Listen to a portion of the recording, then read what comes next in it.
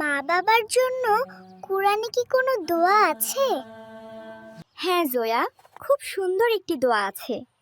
এই দোয়াটি সূরা আল ইসরা আয়াত 24-এ এসেছে। এই আয়াতটি নাজিল হয়েছিল যখন আল্লাহ আমাদের শিখিয়েছেন মা বাবার সাথে কখনো রূঢ় আচরণ করব না, এমনকি উফ শব্দটিও বলতে নিষেধ করা হয়ে। চলো আমরা সেই দোয়াটি পড়ি। রব্বির হামহুমা কামা রব্বায়ানি সগীরা। রব্বির হামহুমা কামা রব্বায়ানি সগীরা।